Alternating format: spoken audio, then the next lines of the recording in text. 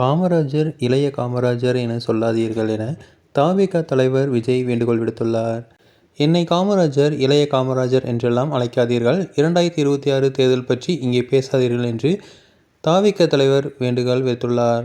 மேலும் விஜய் நிகழ்ச்சியில் அகமதாபாத் விமான விபத்தில் உயிரிழந்தவருக்கு மௌன அஞ்சலி செலுத்தப்பட்டது. சென்னை அடுத்த மாமல்லபுரத்தில் இன்று 10ஆம் வகுப்பு 12ஆம் வகுப்புகளில் சிறந்த மதிப்பெண்களை பெற்ற மாணவ மாணவிகளுக்கு 3ஆம் கட்டமாக விருது வழங்கி தவிக தலைவர் விஜய் கௌரவித்தார். விருது வழங்கும் விழாவில் நடிகர் விஜய் பேசுகையில், எல்லோருக்கும் வணக்கம். நேற்று குஜராத்தில் ஒரு மிகப்பெரிய சோகமான விமான விபத்து நடந்துள்ளது. விபத்து நடந்த இடத்தில் எடுக்கப்பட்ட சில வீடியோக்கள், புகைப்படங்களை பார்க்கும்போது மனம் பதறுகிறது.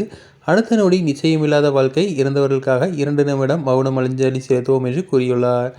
இங்கு வந்திருப்போருக்கு ஒரு சின்ன வேண்டுகோள். இன்றைய நிகழ்ச்சியில் பேச்சை மட்டும் கொஞ்சம் குறைத்துக் கொள்ளலாம்.